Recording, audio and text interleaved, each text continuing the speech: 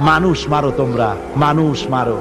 আহা, যারে মারলা একটুখানি হিউম্যানিটি, বিবেক দিয়ে চিন্তা করো। যাকে মেরেছ ওই রাত্রে তার বাড়ির কাছে যাও, ওই রাত্রে গোপনে তার বাড়ির কাছে গিয়ে দেখো তার মা কিভাবে তার সন্তানের জন্য কাঁদতেছে। মায়ের কোলটা খালি হয়েছে বলে কিভাবে কাঁদতেছে, তার বাবা কিভাবে কাঁদতেছে, তার বউ থাকলে কিভাবে ছটফট করতেছে, তার কলিজার টুকরা সন্তান থাকলে কিভাবে আব্বা আব্বা বলে কাঁদতেছে। যারে গুলি করে মেরেছো একবার বাড়ির কাছে গিয়ে কান পাচা শোনো।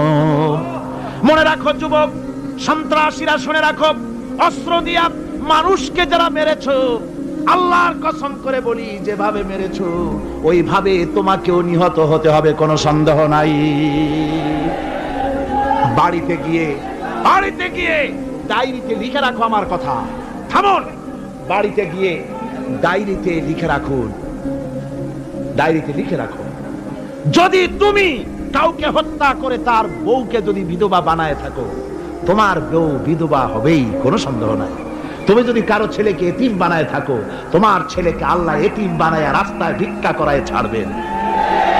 তুমি যদি কারো বাপকে মাকে কাঁদায় থাকো, আল্লাহ রাব্বুল আলামিন তোমার মা বাপকে কাঁদাবেন।